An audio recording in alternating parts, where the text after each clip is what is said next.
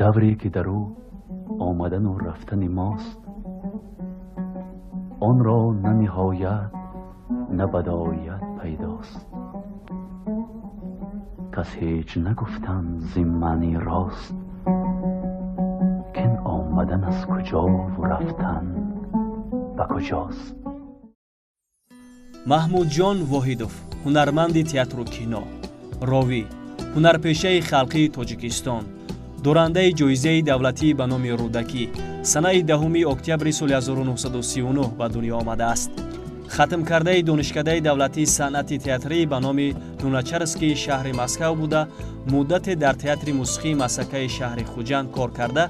از سال 1961 تا پایان عمر اکتور تئاتر دولتی اکادمی دراموی به نام لاهوتی بود. در دراماهای تاجیکی و اثرهای کلاسیکان روس و غرب ابراز می‌آفرید. با استعداد ناتکرار و مونونمایشنامه‌های گفتگو با خود از روی رباعیات عمر خیام و زبان‌های تاجیکی و روسی، وطن و فرزندان از روی اشعار شاعران معاصر تاجیک، عشق زندگی از روی غزلیات حافظ شهرت یافت.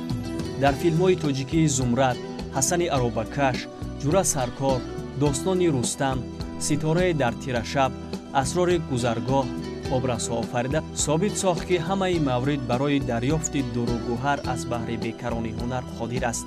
خصوصاً قرائت شعر که صنعت صحنوی و از هنرهای قدیمی و پسندیده مردم ماست مهارت بی همتا داشت. هرچند که نابهنگام دنیا را پدرود گفت، ولی در یادها هنر والایش باقی میماند. مکتبش طبقهای فراوان آموختنی دارد.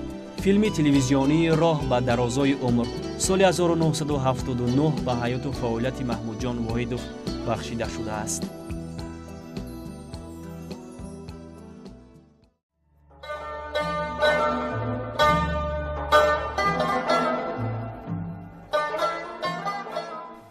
جان شیرین، اینقدر جنگم مکن، اینقدر بیهوده دلتنگم مکن.